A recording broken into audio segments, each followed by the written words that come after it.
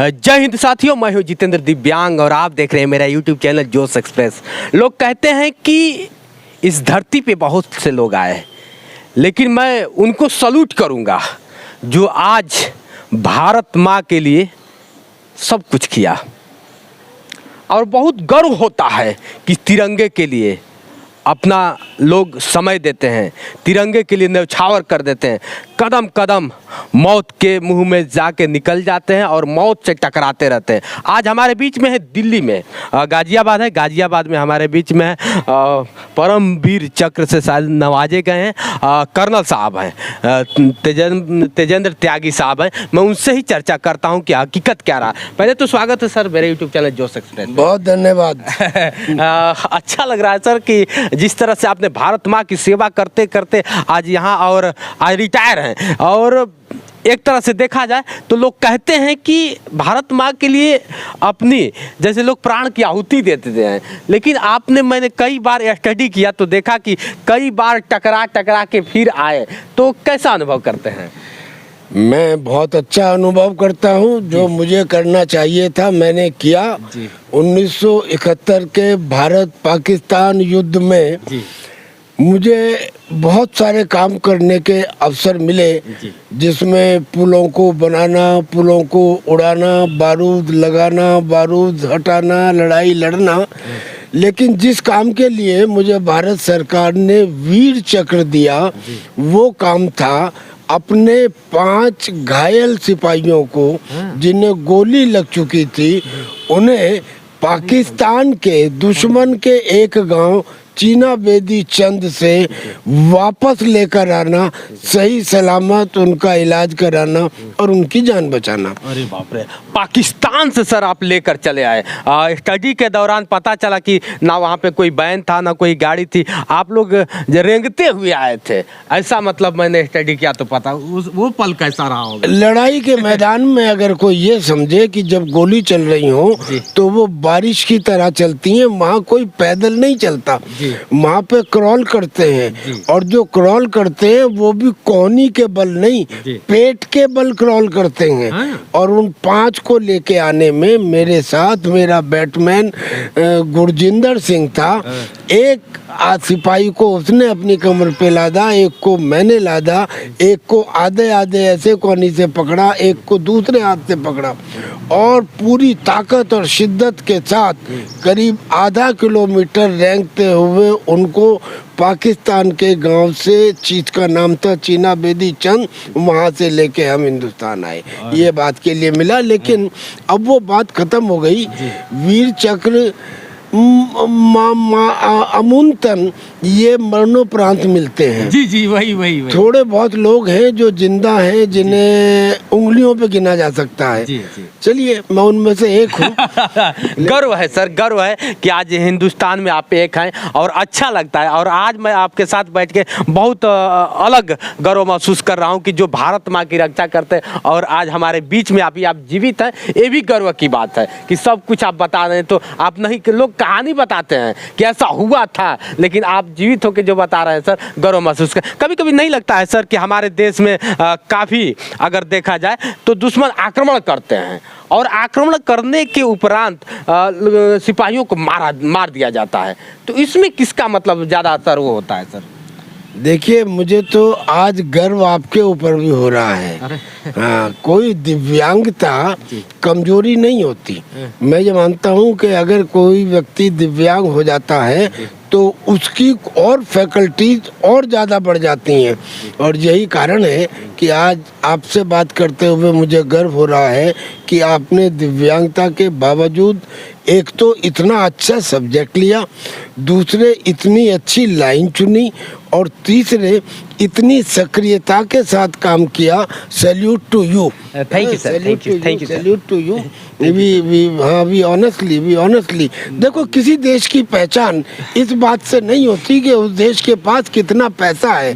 किसी देश की पहचान इस बात से होती है कि उस देश के लोग अपने दिव्यांगों का और अपने शहीदों के परिवारों का कितना सम्मान करते हैं।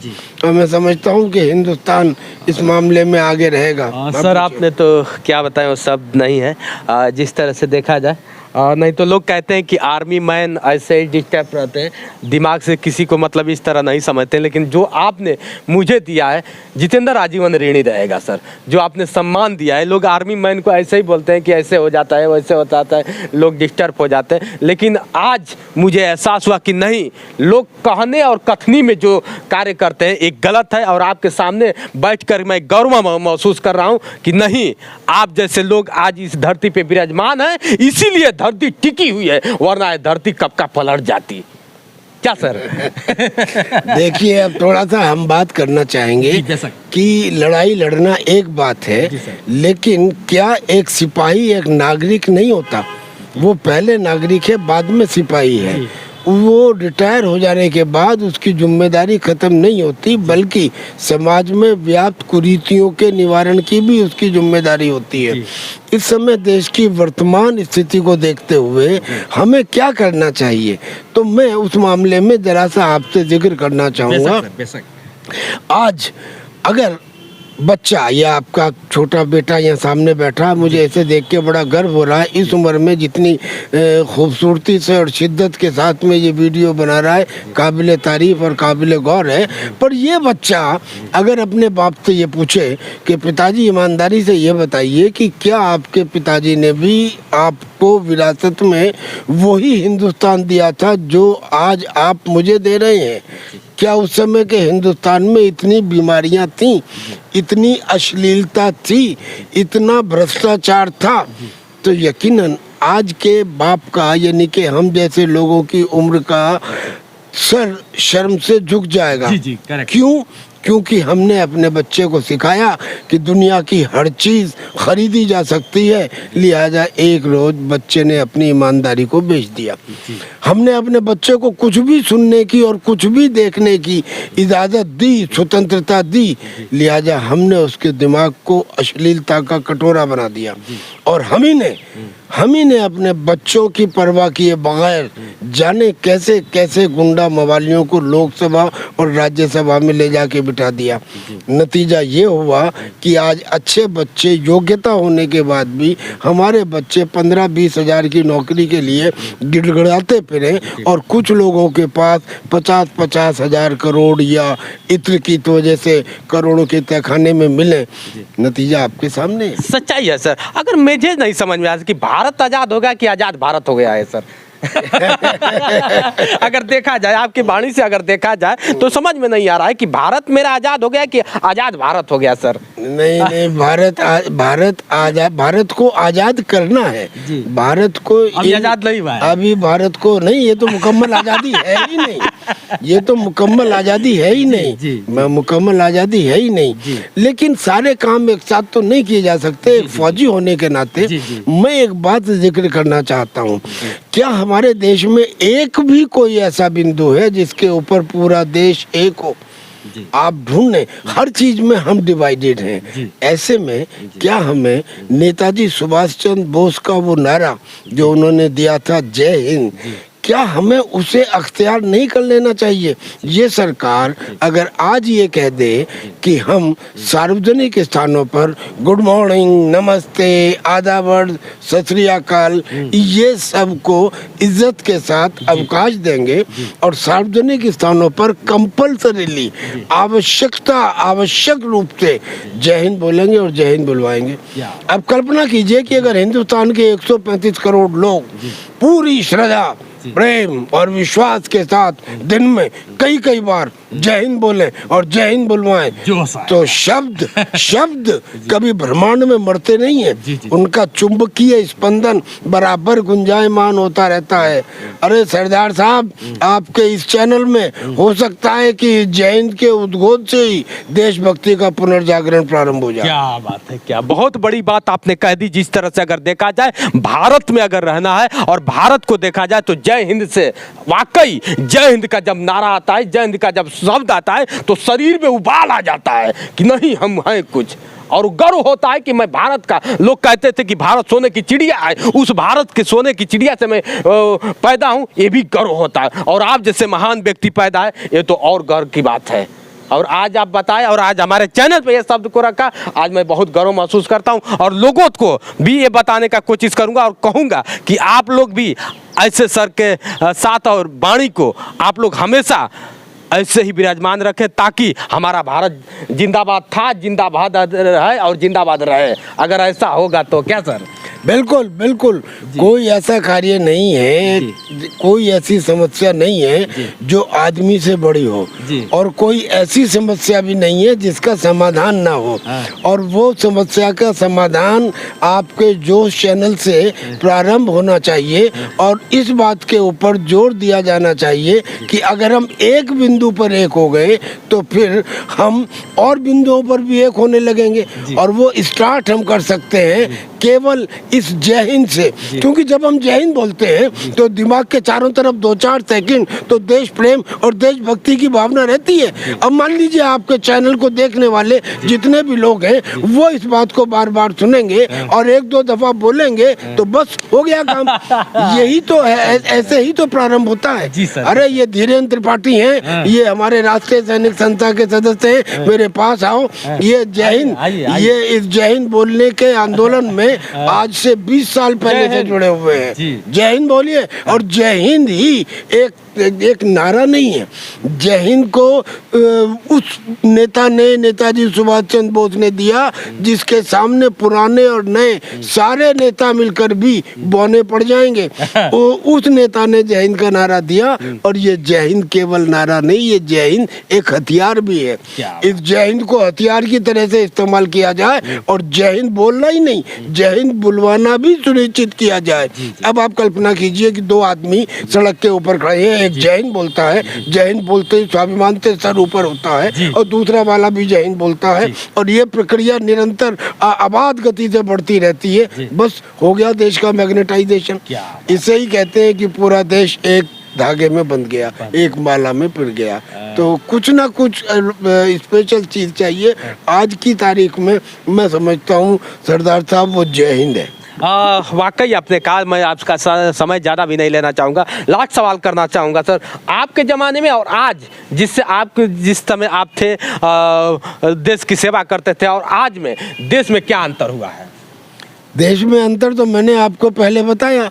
मैंने आपको बताया कि क्या पुराने ज़माने में इतनी बीमारियां थीं, क्या पुराने ज़माने में इतनी अश्लीलता थी, क्या इसको कैसे हटाया जा सकता है सर? अगर देखा जाए तो कैसे हटाया जाए? इसका निवारण तो होगा। जैसे लोग कहते हैं हर एक समस्या का समाधान है, तो इस समस्या का क्या समाधान है सर? इस समस्या का समाधान है हिंदुस्तान के संविधान की धारा 51A। हम हिंदुस्तान के संविधान की धारा 51A में ये बताया गया है कि हमारे कुछ कर्तव्य हैं, और 11 कर्तव्य बताए गए हैं। अब ज्यादातर हम लड़ाई लड़ते रहते हैं कि हमारे हिंदुस्तान के संविधान की उद्देशिका ये है, प्रियम्बल ये है, हमारे राइट्स ये हैं, हमारे डायरेक्टिव प्रिंसिपल्स ये हैं। ये बात नहीं करते कि हमारे संविधान में हमारे कर्तव्य क्या हैं। हमारे कर्तव्य हैं 11। अब उनमें से एक कर्तव्य, मैं सबका तो अब समय में कम है नहीं बता पाऊंगा, लेकिन एक कर्तव्य है कि do not be derogatory to the dignity of women, यानी कि औरत का सम्मान करो। अब केवल ये कह देने से कि औरत का सम्मान करो, अगर ये हो गया होता तो अब तक हो गया होता। इस चीज को बताना पड़ेगा। रास्ता क्या है? रास्ता ये है कि एक गुरु जाए और छोटे बच्चों को, 5वीं 6वीं 7वीं 8वें बच्चों को, जब बच्चा कच्ची मिट्टी का होता है तब उसे बताया जाए कि सुनो, कहानी के रूप में। क्या कहानी? कुछ लोगों ने पूछा ऋषि मुनियों से कि साहब भगवान क्या है? ऋषि मुनियों ने कहा भगवान पूर्ण है। लोगों ने कहा जी पूर्ण क्या है? बोले पूर्ण वो है कि पूर्ण में से घटाओ तो पूर्ण ही बचेगा। लोगों ने कहा ऋषि जी ये तो बात समझ में नहीं आई, 10 में से 10 घटाएंगे तो 0 बचेगा। बोले नहीं, ये गलत है। एक महिला है जो पूर्ण है, एक महिला एक बच्चे को जन्म देती है, बच्चा भी पूर्ण है, और एक महिला पूर्ण बच्चे को जन्म देने के बाद पूर्ण ही रहती है, लिहाजा महिला ही भगवान है। क्या बात है। अब अगर ये बात बच्चों के दिमाग में उस समय डाल दी जाए जो उनके फॉर्मेटिव ईयर्स होते हैं, तो फिर औरतों के साथ जो अब हो रहा है वो नहीं होगा। ऐसे ही जो अलग अलग ड्यूटीज हैं उनके ऊपर प्रकाश डाला जा सकता है, समझाया जा सकता है। संविधान का भी तो उल्लंघन हो रहा है सर, संविधान का नेता लोग उल्लंघन कर दे रहे हैं। संविधान, ये संविधान का उल्लंघन होता ही रहेगा। और ये मैं बहुत बड़ी बात कह रहा हूँ और इसके लिए मैं जिम्मेदारी से कह रहा हूँ। जब तक ये संविधान रहेगा समस्याएं बढ़ती ही रहेंगी। ये संविधान भ्रामक है। ये संविधान बड़े आदमियों के हाथ में एक हथियार है। ये संविधान गरीब आदमियों के ऊपर एक शिकंजा है। ये संविधान के अंदर जितनी धाराएं हैं वो धाराएं किसी न किसी दूसरी धारा के द्वारा काट दी गई हैं। अब इसमें मैं आपको उदाहरण के तौर पे एक दो चीज बताता हूँ। संविधान की धारा 5 में यह कहा गया है कि जो इस देश में जन्म लेगा वो यहाँ का नागरिक होगा। यानी नागरिकता को जन्म से जोड़ा गया, नागरिकता को आस्था से नहीं जोड़ा गया।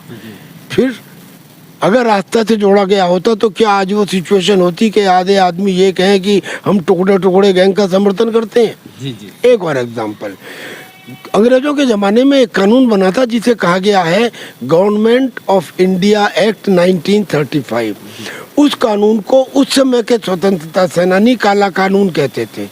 कितनी विडंबना है कि हिंदुस्तान के इस संविधान में धारा 147 के अंदर ये लिखा गया है कि अगर इस संविधान में कोई चीज़ समझ में नहीं आती है या कोई रेफरेंस लेना होता है तो हम 1935 के उस गवर्नमेंट ऑफ इंडिया एक्ट का सहारा लेंगे। यानी कि आज भी ये संविधान ब्रिटिश गवर्नमेंट के उस समय के बनाए हुए कानून से संचालित है। इसके अलावा धर्म के ऊपर, समाजवाद के ऊपर, अब देखिए समाजवाद, इन्होंने इस संविधान में कहा कि एक गरीबी रेखा से नीचे वाले लोगों को सहायता दी जानी चाहिए। जब इन्होंने गरीबी रेखा का जिक्र किया, इन्होंने अमीरी रेखा का क्यों नहीं जिक्र किया? और जब अमीरी रेखा का जिक्र नहीं किया तो समाजवाद कैसे हो गया? तो यहाँ पे जितनी चीजें देखें आप कह रहे, वो तो पूरे संविधान को डिस्कस करने का समय नहीं है, लेकिन मैंने एक दो उदाहरण आपको दिए। चलिए सर, आपने समय दिया इसके लिए बहुत बहुत धन्यवाद। और आज हमारे बीच में रहे। और लास्ट क्वेश्चन ये रहेगा, लास्ट की आज मेरे चैनल पे आके, बहुत इंटरनेशनल चैनल पे आप रहे। आज हमारे जैसे दिव्यांग लोग, दिव्यांग तो कह दिए लेकिन मैं दिव्यांग मानता नहीं हूँ सर अपने आप को। माँ बाप को मैं दोष नहीं दे सकता, लेकिन आज कैसा अनुभव कर रहे हैं आप? अरे भाई, आप दिव्यांग जो है ये तो एक यानी कि आपके अंगों में दिव्य शक्ति है। जोश एक्सप्रेस में आपने जिस तरकीब से काम किया है, देखिए मैटर ये करता है कि अगर किसी के पास 5 रुपए हैं और वो उसमें से 1 रुपया कहीं पे देता है, क्या वो इम्पोर्टेंट है या जिसके पास 5000 रुपए हैं और वो उसमें से 1 रुपया देता है? यानी कि जिस व्यक्ति के पास कम साधन है, जिस व्यक्ति के पास कम एबिलिटी है, उसके बावजूद वो उनकी बराबरी करता है जो मेन स्ट्रीम में है। तो कीमत किसको दी जाएगी? सैल्यूट किसे किया जाएगा? सरदार जी, मैं आपका नाम तो पूरी तरह नहीं जानता। मेरा नाम जितेंद्र है। हाँ, जितेंद्र जी, लेकिन जोश एक्सप्रेस के डायरेक्टर, फाउंडर, प्रेसिडेंट, बहुत मैं आपकी तारीफ करता हूँ। और मुझे यकीन है कि जो आपका बेटा है मेरे सामने बैठा है, मुझे यकीन है कि आने वाले समय में he will rise up to the topmost rung of the ladder in his chosen field। मैंने ये कहा कि तुम अपने क्षेत्र में लगी हुई सीढ़ी के उच्चतम पायदान तक जाओगे, ऐसा मेरा तुम्हें आशीर्वाद भी है। Thank you sir, thank you sir. जय हिंद दोस्तों, आज के लिए बस।